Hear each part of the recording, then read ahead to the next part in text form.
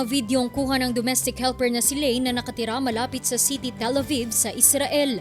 Kung titignan, normal at tila napakapayapa ng syudad. Sa kabila nito, ramdam ng OFW ang takot na baka umabot sa kanila ang sigalot sa pagitan ng teroristang grupong Hamas at ng mga militar ng Israel na kasalukuyang nagaganap sa Gaza Strip mula pa noong October 7. Actually, kanina lang, meron na naman. Naririnig namin yung siren at saka yung mga pagsabog, pero may mga hindi ko alam kung saan banda yung mismo yung rocket. Mas nakakatakot kasi ngayon yung napasok ng terrorist.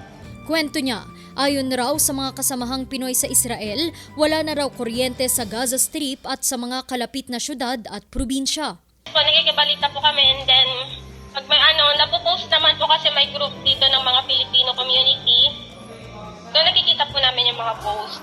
Ito rin ang dahilan kaya't maraming mga kapamilya ng mga OFW ang patuloy ang pag-aalala sa mga ito. Patuloy ring nakaalerto at umaaksyon ng pamahalaan para sa kalagayan ng mga Pinoy sa Israel. Ito'y lalo pat napapabalitang may mga Pinoy nang nawawala. Saturday we put up the 24/7 Task Force Israel Help Desk over the DMW OWA. And we have received 83 requests for assistance from OFWs and OFW families.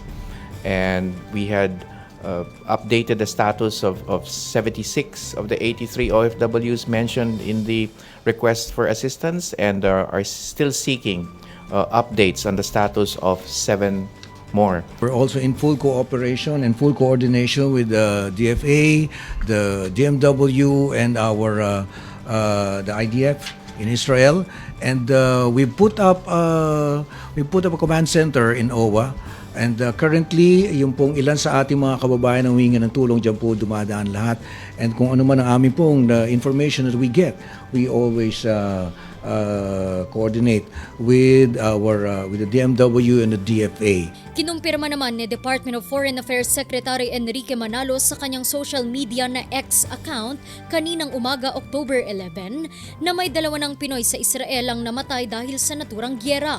Kinundi na niya ang karahasang ito ng teroristang grupo. Samantala, nagpatupad na ang POEA ng total deployment ban ng mga Pilipinong manggagawa sa bansang Israel dahil sa naturang kaguluhan. Randy Guzman para sa Luzon Headlines.